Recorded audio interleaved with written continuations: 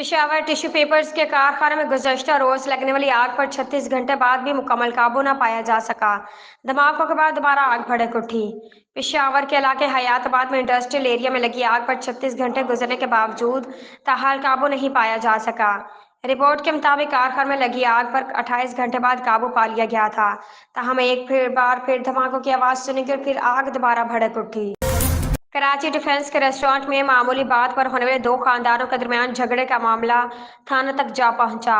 मर्दों के साथ खवातीन भी आपस में गुत्थम गुत्था हो गई। तफसीलात के मुताबिक कराची के इलाके डिफेंस के निजी रेस्टोरेंट में टेबल के साथ रखी कुर्सी उठाने पर वहां मौजूद दो खानदानों में झगड़ा हो गया। तल्ख कलामी के बाद बात हाथापाई तक पहुंच गई, जिसमें मर्दों के साथ खवातीन भी कूद पड़ी। झगड़े की वीडियो सोशल मीडिया पर वायरल हो गई। पाकिस्तान क्रिकेट बोर्ड ने middle order wicket keeper batter Mohammad Rizwan को वनडे और टी20 क्रिकेट टीम का कप्तान मुकर्रर कर दिया है।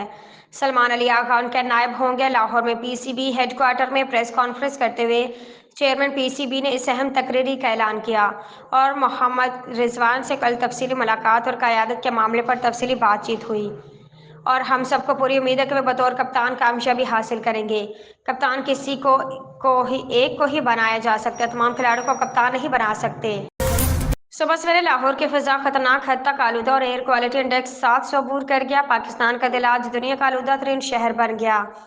आलमी वेबसाइट के मुताबिक लाहौर दुनिया के आलूदा तरीन शहर में सरफहरिस्त आ गया और आज सुबह पाकिस्तान का दिल कहलाने वाला शहर का एयर क्वालिटी इंडेक्स 700 की खतरनाक तरीन हद तक अबूर कर गया था। बाद एयर क्वालिटी इंडेक्स 32 कम होते होते सुबह 10 बजे तक औसतन 537 तक आ गया। ताहम यह भी इंसानी सेहत के लिए बहुत नुकसानदेह है।